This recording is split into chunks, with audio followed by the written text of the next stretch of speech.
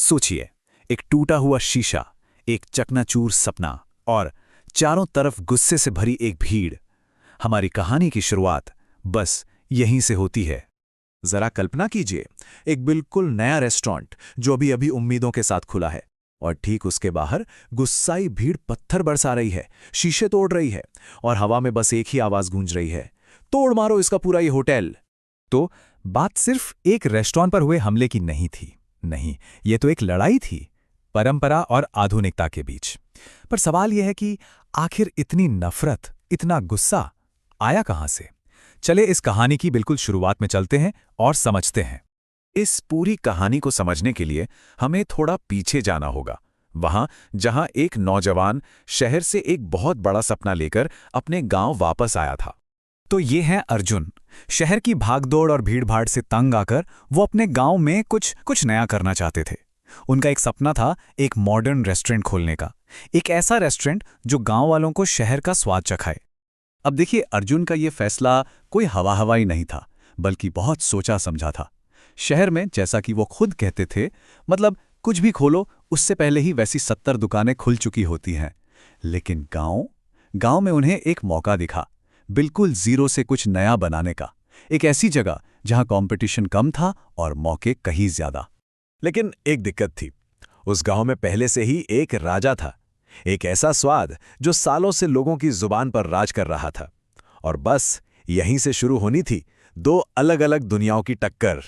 तो देखिए, एक तरफ था अर्जुन का नया नवेला चमकचमाता रेस्टोरेंट, जहां पिज्जा और पास्ता जैसी मॉडर्न चीजें मिलती थीं, और दूसरी तरफ था मिट्ठू काका का पुराना पारंपरिक ढाबा, जहां पीढ़ियों से लोग दाल रोटी खाते आ रहे थे।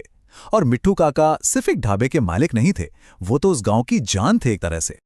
अब देखिए, यहां कहानी में एक दिलचस्प मोड़ है।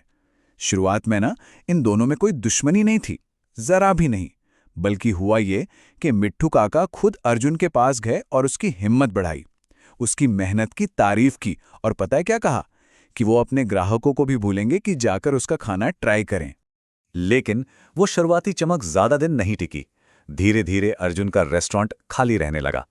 एक दिन तो ऐसा आया कि सुबह से शाम हो गई और सिर्फ 4 लोग आए। अर्जुन का वो खूबसूरत सपना अब धीरे धीरे एक बुरे सपने में बदल रहा था। और देखे, अर्जुन के फेल होने की वजह बहुत सीधी सी थी। एक गांव वाले ने उसे बड़े अच्छे से समझाया।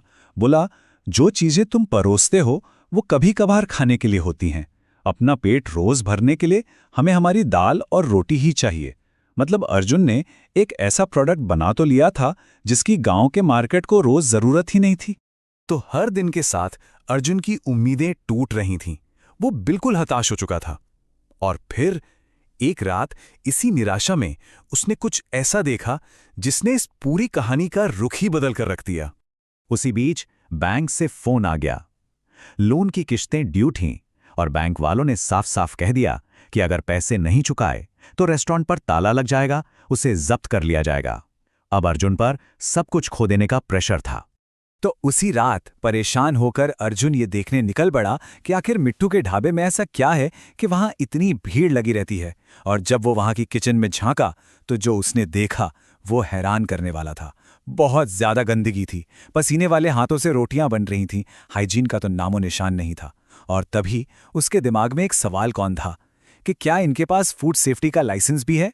अर्जुन का वो एक छोटा सा सवाल, बस यूं ही पूछा गया एक सवाल, एक ऐसी आग भड़काने वाला था जिसकी लपटों में खुद उसका रेस्टोरेंट जलने वाला था। इसके बाद जो हुआ वो बहुत तेजी से हुआ।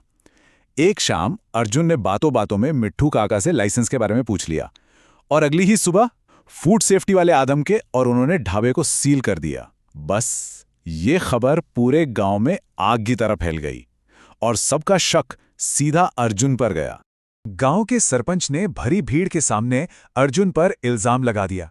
उन्होंने ना सिर्फ अर्जुन की नीयत पर बल्कि उसके पिता की परवरिश पर भी सवाल उठा दिए।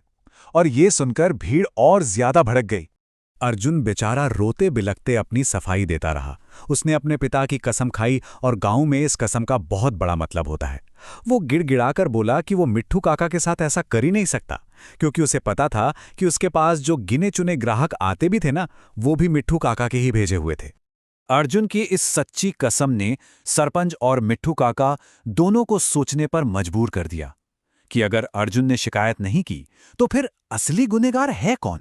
तब ये कहानी एक सिंपल कंपटीशन से एक मिस्ट्री बन चुकी थी।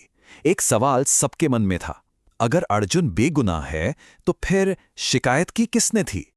और तभी मिट्ठू के ढाबे के एक वर्कर ने राज खोला।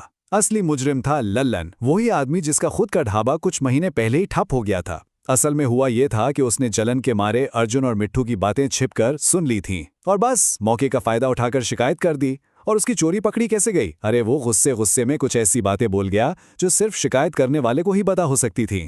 खैर, सच्चाई सामने आई तो माहौल थोड़ा शांत हुआ, लेकिन प्रॉब्लम अभी भी वही थी। दो लोगों का बिजनेस, उनकी रोजी रोटी दांव पर लगी थी। और तब गांव के सरपंच ने एक ऐसा हल निकाला जिसके बारे में किसी ने सोचा भी नहीं था। सरपंच ने एक सीधी सी बात कही, तुम दोनों मिलकर काम क्यों नहीं कर लेते? और उनका आइडिया सच में कमाल का था। देखिए, अर्जुन अपने साथ लाएगा मॉडर्न तरीके, साफ सफाई और बिजनेस की समझ, और मिट्ठू काका लाएंगे अपना सालों का तजुर्बा और वो स्वाद जो पूरे गांव को पसंद है। बात यहीं खत्म नहीं हुई। मिट्ठू काका ने अर्जुन के टूटे रेस्टोरेंट को ठीक कराने के लिए अपनी जमा पूंजी भी लगा दी और इस तरह एक नई पार्टनरशिप की शुरुआत हुई। सरपंच ने हंसते हुए एक पुरानी कहावत कही, बगल में छोरा और शहर में ढिंडोरा। मतलब जिस हल को सब लोग बाहर ढूंढ रहे थे वो तो ठीक बगल में ही था। कभी कभी जवाब कंपटीशन में नहीं बल्कि एक दूसरे का साथ देने में, यानी कोऑपरेशन में छिपा होता है। तो ये कहानी ना हमें एक बहुत जरूरी सवाल के साथ छोड़ जाती है। क्या हमेशा ऐसा होता है कि कोई नई चीज पुरानी को खत्म करने ही आती है, या फिर जैसा अर्जुन और मिट्ठू की कहानी में हुआ, क्या ये दोनों मिलकर कुछ ऐसा बना सकते हैं जो दोनों के अकेले बनाने से कहीं ज्यादा बेहतर हो? सोचने वाली बात है ना।